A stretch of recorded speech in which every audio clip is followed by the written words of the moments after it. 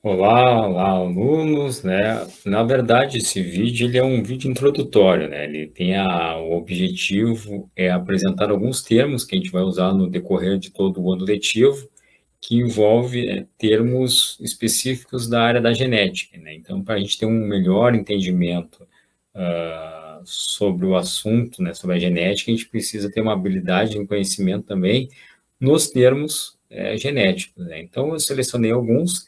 Esse vai ser o que a gente chama de glossário genético, né? Então, antes de eu fazer divulgar aqui e apresentar minha tela com vocês, eu solicito que façam uma anotação, anotem no caderno de vocês esses termos, porque esse glossário vai ser usado no decorrer de todo o ano em que a gente for trabalhar em genética, principalmente quando a gente for trabalhar as clássicas primeira e segunda lei de Mendel, em alguns outros assuntos que envolvam genética, esses conceitos ali vão voltar sempre, então a gente tem que entender o que significa cada palavra daquela, né? Eu vou compartilhar com vocês a minha tela, tá? E a gente vai falar um pouquinho melhor, né, sobre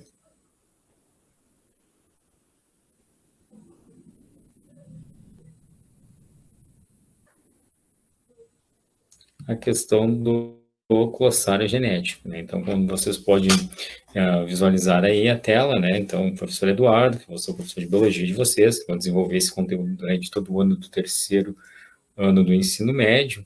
Então, o glossário genético, assim, primeiramente, os termos, né, que envolvem bastante é o que a gente chama também de cromossomos, né? No primeiro ano do ensino médio, quando vocês começaram o estudo da célula e mais precisamente na questão do estudo do núcleo celular, vocês viram que existem estruturas lá que a gente denomina, né, de cromossomos, e lá está o DNA, que a gente sabe que é um ácido, né?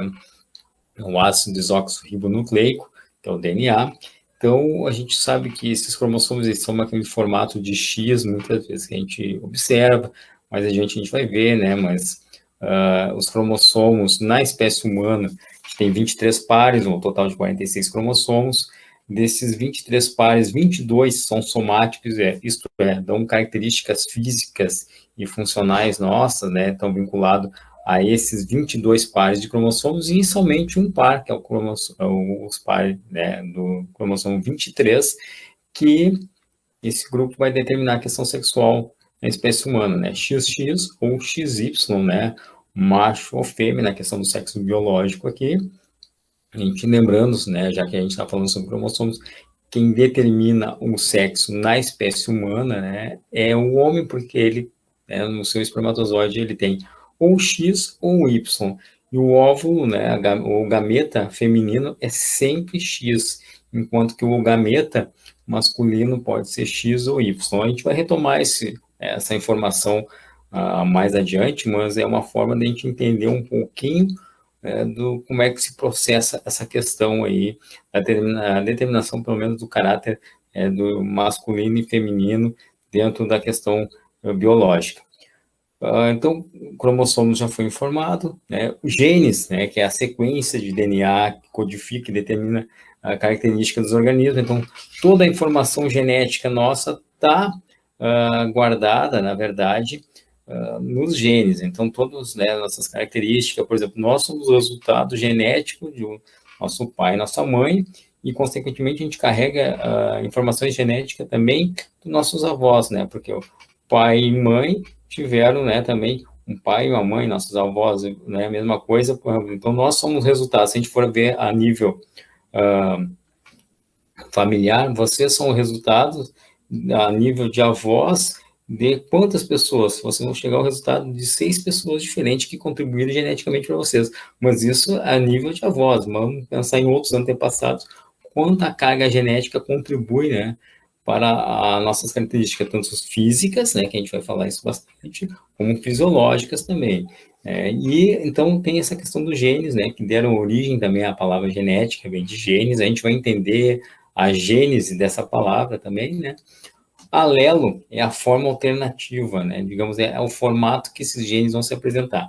A gente vai ver que eles são representados por letras, né? Essas letras, ora são escritas em maiúsculo, ora esses pares são em minúsculo também, mas esse formato diferente, maiúsculo ou minúsculo, dessas letrinhas, vai determinar, digamos, a questão, né, do alelo. Então, o alelo é a forma, né, alternativas, né, que ele se apresenta nos cromossomos homólogos. Outra questão é a questão de dominante, né? A palavra já diz dominante, é aquele alelo, né, que se expressa. Então, duas palavrinhas, homozigoto e heterozigoto, a gente vai ver na sequência ela, mas a gente vai entender melhor. Então, o alelo é aquele que, né, ele apresenta-se, né, ele aparece, vamos dizer assim, tanto na condições homozigótica como heterozigótica.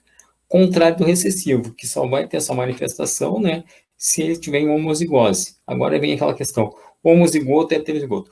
Homo, né, esse prefixo homo significa igual, né? Então, a gente vai ter assim, vamos às letras ali, como vocês podem observar, volto a reforçar, faça essas anotações no caderno, que facilita, né, o nosso mecanismo de aprendizagem, no momento que vocês escrevem, de uma forma mecânica, vocês também memorizam e vão trabalhando melhor o conceito. Então, o que acontece? O homozigoto tem que ser igual, ou ele é azão, azão, isso é, né, as letras são maiúsculas, ou azinho, azinho, em minúsculo. Né? Já o heterozigoto, hétero, prefixo hétero, diferente. Né? Então, quando apresenta os dois alelos diferentes, no caso, um maiúsculo, um minúsculo, que é representado azão, azinho. Então, só para vocês retomem esse vídeo, pause ele, façam a cópia desses conceitos, não somente desses, como do slide anterior, né? O que é cromossomos, o que são genes e o que são alelos. A gente vai voltar a conversar sobre isso. E, voltando a nossa tela aqui do Meet, deixa eu parar a apresentação. Então, saliento para vocês, façam essa anotação desse glossário genético, ele vai introduzir o que a gente vai desenvolver durante todo o ano, né? Então, vamos começar, essa é a nossa primeira atividade nesse ensino híbrido, que a gente tem hora presencial, hora numa forma remota, essa forma remota pode ser síncrone, né, online mesmo, no momento que a gente vai fazer um meet, ou de forma assíncrona, como esse vídeo, né, que está gravado, e vocês podem ter acesso a ele em outros momentos, tá?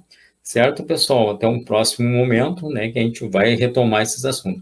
Mas como tema de casa, fiquem, separem uma folhinha do caderno, pode ser a última folha do caderno de biologia lá, porque o glossário não vai ser tão longo assim, já façam lá, glossário genético, e comecem colocando essas palavras, né, e os seus conceitos que foram dados, né, através dessa aula aí. Até um próximo encontro, pessoal, até mais.